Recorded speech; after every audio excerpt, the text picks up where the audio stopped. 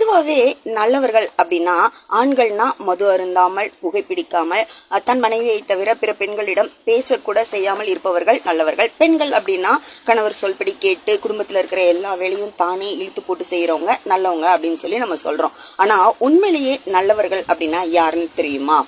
எல்லோருக்கும் மரியாதை கொடுத்து மதிப்பு கொடுத்து நடந்து கொள்பவர்கள், அடுத்தவர்களுக்கு உதவி செய்ய முடியாவிட்டாலும் உபத்திரவம் செய்யாதவர்கள், பிறர் குடியை கெடுக்காதவர்கள், தவறியும் எவருக்கும் கேடு செய்யாமல் இருப்பவர்கள். குறிப்பா பாத்தீங்கன்னா தனக்கு அடிபட்டால் வலிக்கும் அப்படிங்கிற மாதிரி பிறருக்கும் அடிபட்டால் வலிக்கும் அப்படின்னு சொல்லி உணர்ந்தவர்கள் தான் நல்லவர்கள் அப்படின்னு பெரியவங்க சொல்றாங்க. அதனால எந்த ஒரு சூழ்நிலையிலையும் யாரையும் காயப்படுத்துற மாதிரி ஒரு வார்த்தை கூட பேசிடாதீங்க. ஏற்றத்தாழ்வு பார்க்காமல் எல்லோரையும் மதித்து நட்புடன் பேசி பழகுங்கள்.